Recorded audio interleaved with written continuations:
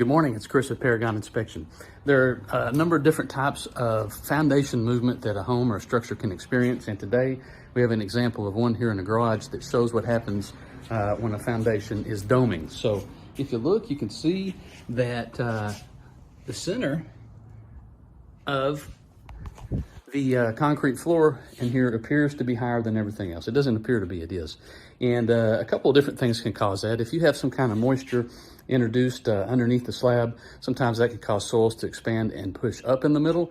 More than likely though, with there being no plumbing under this garage, what's happened here as over time the edges of the foundation have settled and kind of left this dome effect, as you can see here in the middle of the garage. So this is going to require a little extra attention, so we're going to recommend they have an engineer look at this and suggest some corrective measures. But anyway, great talking with you today, and look forward to working with you on your next inspection. Bye-bye.